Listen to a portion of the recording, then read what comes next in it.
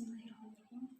Assalamualaikum warahmatullahi wabarakatuh. Alhamdulillahirabbil alamin wa bihi nasta'in wa ala umuri dunya waddin wassalatu wassalamu ala asrofil anbiya'i wal mursalin wa ala alihi wa sahbihi ajma'in. Amma. Pertama, marilah kita panjatkan puja dan puji syukur kita ke hadirat Allah Subhanahu wa Ta'ala yang telah memberikan rahmat dan ridhonya kepada kita semua, sehingga pada kesempatan kali ini saya dapat menyampaikan pidato tentang keutamaan ilmu. Teman-teman yang saya banggakan, kalian pasti tahu bukan bahwa ilmu pengetahuan merupakan suatu hal yang harus kita usahakan, karena dengan ilmu pengetahuan kita akan dapat meraih kebahagiaan dunia maupun akhirat. Demikian pentingnya ilmu, sehingga Allah Subhanahu wa Ta'ala menurunkan wahyu yang pertama, yaitu perintah untuk membaca atau belajar. Dan ilmu merupakan jalan mudah agar kita menuju ke surga. Sebagaimana hadis Rasulullah SAW berikut. Bismillahirrahmanirrahim. Waman salaka thoriqan yaltamisu fihi ilman sahalallahu lahu bihi thoriqan ilal jannah, yang artinya, barang siapa yang menempuh jalan untuk mencari ilmu, maka Allah akan memudahkannya jalan untuk menuju surga. Hadis riwayat Muslim. Jika dilihat dari hadis yang telah saya sampaikan, kita dapat menyimpulkan bahwa Allah telah menjanjikan kepada semua umatnya yang menuntut ilmu bahwa akan dimudahkannya jalan menuju surga. Nah, pada kesempatan kali ini, saya juga akan menceritakan atau menyampaikan sebuah kisah tentang Nabi Musa yang berkaitan dengan keutamaan ilmu. Pada suatu hari, ada seorang Bani Israel yang menemui Nabi Musa dan bertanya, "Wahai Nabiku, adakah seorang yang lebih berilmu darimu?" Tersentak, Nabi Musa pun menjawab, "Tidak."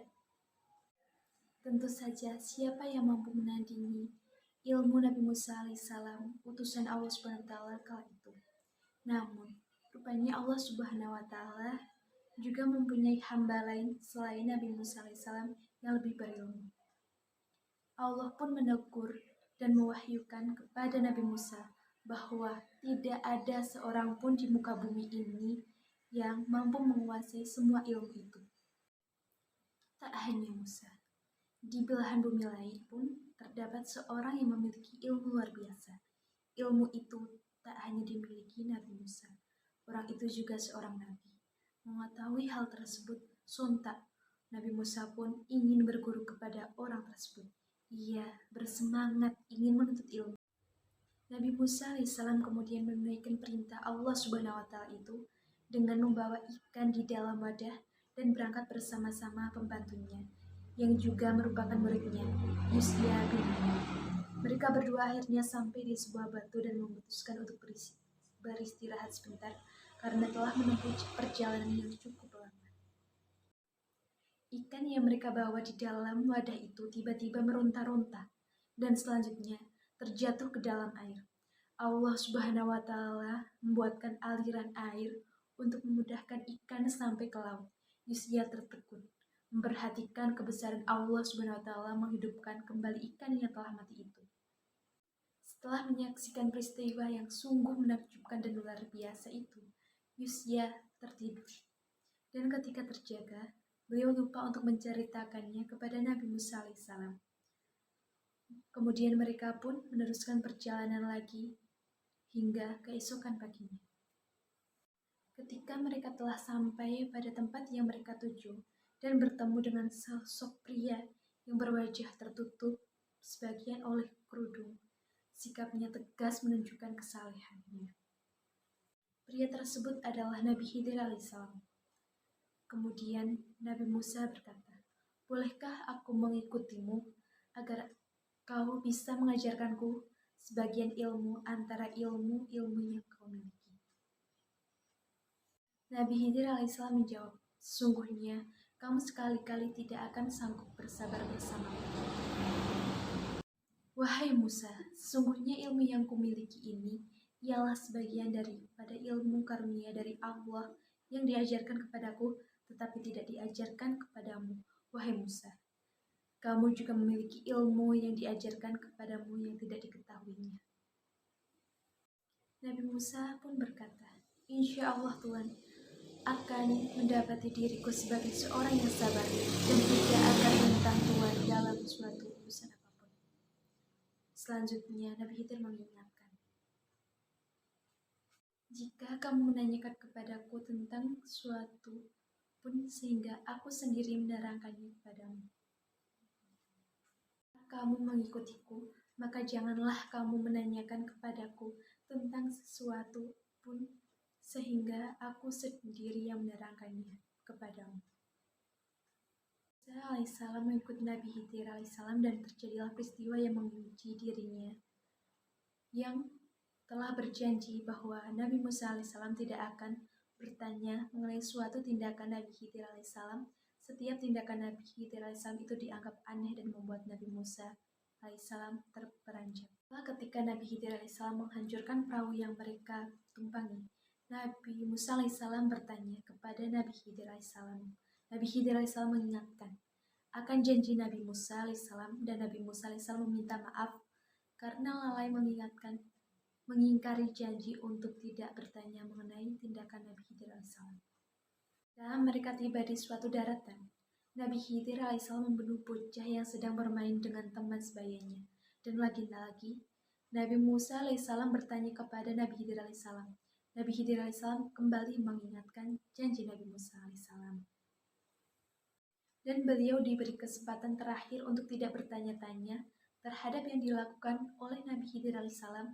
Jika masih bertanya lagi, maka Nabi Musa alaihissalam harus rela untuk tidak mengikuti perjalanan lagi bersama Nabi Khidir alaihissalam. Mereka pun melanjutkan perjalanan hingga sampai di suatu perkampungan. Sikap penduduk kampung itu tidak bersahabat dan tidak mau menerima kehadiran mereka. Hal ini membuat Nabi Musa alaihissalam merasa kesal terhadap penduduk itu. Setelah dikecewakan oleh penduduk, Nabi Khidir alaihissalam malah menyuruh Nabi Musa alaihissalam untuk memperbaiki tembok suatu rumah yang rusak. Nabi Musa alaihissalam tidak kuasa untuk bertanya terhadap sikap Nabi Khidir alaihissalam.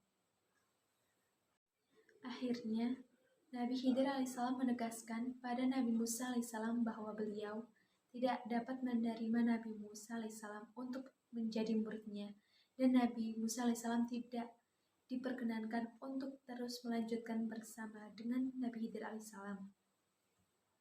Nabi Khidir alaihissalam menguraikan mengapa beliau melakukan hal-hal yang membuat Nabi Musa alaihissalam bertanya. Adapun perahu itu adalah kepunyaan orang-orang miskin yang bekerja di laut, dan aku bertujuan merusakkan perahu itu karena di hadapan mereka ada seorang raja yang marah. Alaihissalam menguraikan mengapa beliau melakukan hal-hal yang membuat Nabi Musa alaihissalam bertanya. Adapun perahu itu adalah kepunyaan orang-orang miskin yang bekerja di laut, dan aku bertujuan merusakkan perahu itu karena di hadapan mereka ada seorang raja yang merampas tiap-tiap perahu. Dan adapun bocah itu, maka kedua orang tuanya adalah orang-orang mukmin, dan kami khawatir bahwa dia akan mendorong kedua orang tuanya itu kepada kesesatan dan kekafiran. Dan kami menghendaki supaya Tuhan mereka mengganti bagi mereka dengan anak atau bocah lain yang lebih baik kesuciannya dari anaknya itu dan lebih dalam kasih sayangnya dari ibu dan bapaknya. Dinding rumah itu adalah kepunyaan dua orang anak yatim di kota itu, dan di bawahnya ada harta simpanan bagi mereka berdua. Sedang ayahnya adalah seorang yang saleh. Maka Tuhanmu menghendaki agar supaya mereka sampai kepada kedewasaannya dan mengeluarkan simpanannya itu sebagai rahmat dari Tuhanmu. melakukannya itu menurut kemauanku sendiri.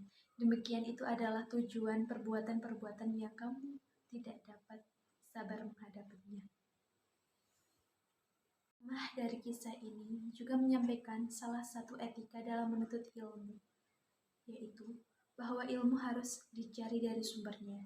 Ia harus didatangi walau jauh tempatnya dan kesulitan dalam menempuhnya. Musa pun mencontohkan bagaimana ia, walaupun seorang nabi pilihan atau ulul azmi yang sekaligus pemimpin, siap menempuh suatu perjalanan untuk mencari ilmu. Sekian pidato yang saya sampaikan. Mudah-mudahan bermanfaat bagi kita semua, khususnya bagi saya sendiri. Kurang dan lebihnya saya mohon maaf. Sekian dan terima kasih. Wassalamualaikum warahmatullahi wabarakatuh.